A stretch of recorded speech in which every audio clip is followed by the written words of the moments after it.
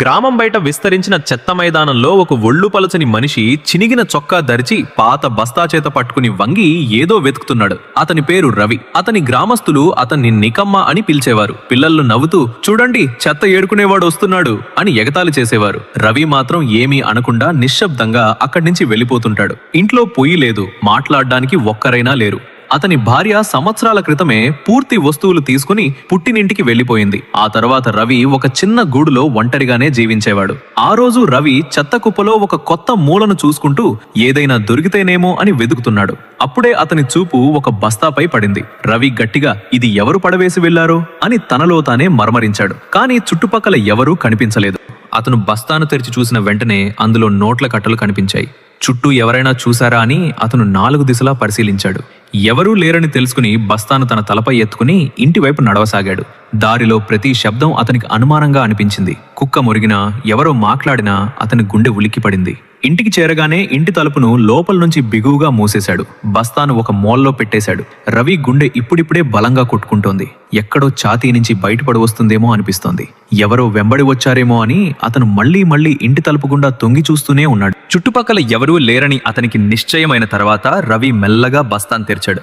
లోపలి వెలుగు అతని కళ్ళను చెదిరేలా చేసింది. రవి ఒక నోట్లు కట్ట తీసి లెక్కించడం ప్రారంభించాడు. లెక్క పెడుతుండగా అతని పెదాలు ఎండిపోయాయి. ఒక్క కట్టలోనే 1,00,000 రూపాయలు అతను అంచనా వేశాడు. కనీసం 30-40 కోట్లుండాలి. ఆ ఆలోచన వచ్చిన వెంటనే అతని అంతరంగంలో భయం అలుముకుంది. ఇవి ఏదైనా పెద్ద మనిషి, ఏదైనా నేత లేదా గూండాకు సంబంధించినవా? వారు వెతకడం మొదలు పెడితే ఏమవుతుంది అనే భయంతో అతని శరీరం చెమటతో తడిసిపోయింది.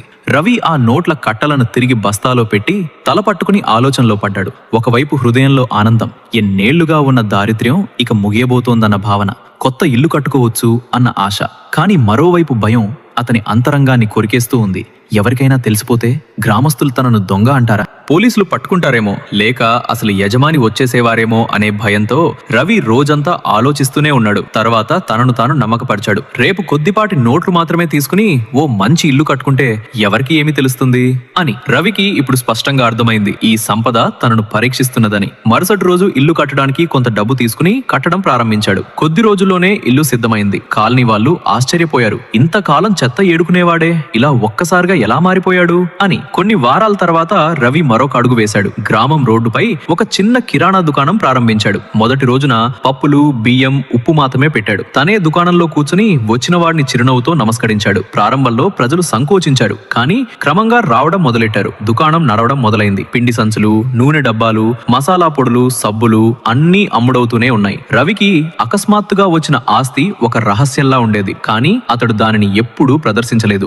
చిన్న చిన్న ఆడంబరాలైనా కనిపిస్తే ప్రజలు ప్రశ్నిస్తారని అతడు తెలుసు. అందుకే ప్రతి కస్టమర్కి చిరునవ్వుతో ఏం కావాలన్నయ్యా అని అడిగేవాడు. ఎప్పుడప్పుడు కాలనీలోని పెద్దమ్మలు రవిని చూసి రవి బిడ్డ నువ్వు ఎంతో మారిపోయావురా అని ప్రేమగా చెప్పేవారు. అతడు మాత్రం నెమ్మదిగా నవ్వుతుండేవాడు.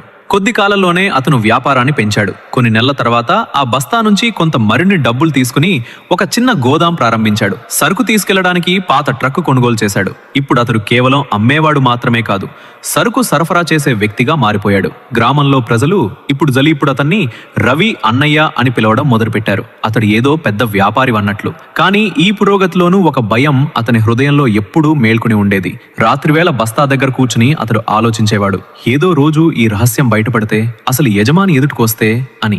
అదే క్షణంలో తనను తాను నమ్మబలుకుతూ, లేదు, ఇది నా అదృష్టమిచ్చిన వరం. ఎన్నేళ్ల బాధ, దారిద్ర్యం భరించాను. ఇది నా శ్రమకు ఫలం. నేను ఎవరి హక్కు తీసుకోలేదు అని తన మనసుకు ధైర్యం చెప్పుకునేవాడు. కాలక్రమంలో రవి మారిపోయాడు. ముందు ఎప్పుడూ తలవంచుకొని నడిచేవాడు. ఇప్పుడు నేరుగా ఆత్మవిశ్వాసంతో నడుస్తున్నాడు. పగటిపూట దుకాణం చూసుకుంటాడు, సాయంత్రం గోదాను చూసుకుంటాడు, రాత్రి బస్తా దగ్గర కూర్చుని మరుసటి రోజు కోసం ప్రణాళికలు వేసుకుంటాడు. ఇప్పుడు అతడు పాత రవి కంటే ఎంతో ముందుకు వెళ్ళిపోయాడు. కానీ ఈ సఫలత మధ్యలోనూ ఒక శూన్యత అతని హృదయంలో మార్మోగుతూనే ఉండేది. ఒక సాయంత్రం అలిసిపోయి దుకాణం మూసుకుని ఇంటికి చేరగా తలుపు దగ్గర 2 ముఖాలు కనిపించాయి. పరిచితాలు, కానీ చాలా కాలం దూరమైన ముఖాలు. అతని భార్య అనిత, అనిత కలలో నీళ్లు మెరుస్తున్నాయి. ఆమె నెమ్మదిగా చెప్పింది, మా చేత తప్పు జరిగింది రవి.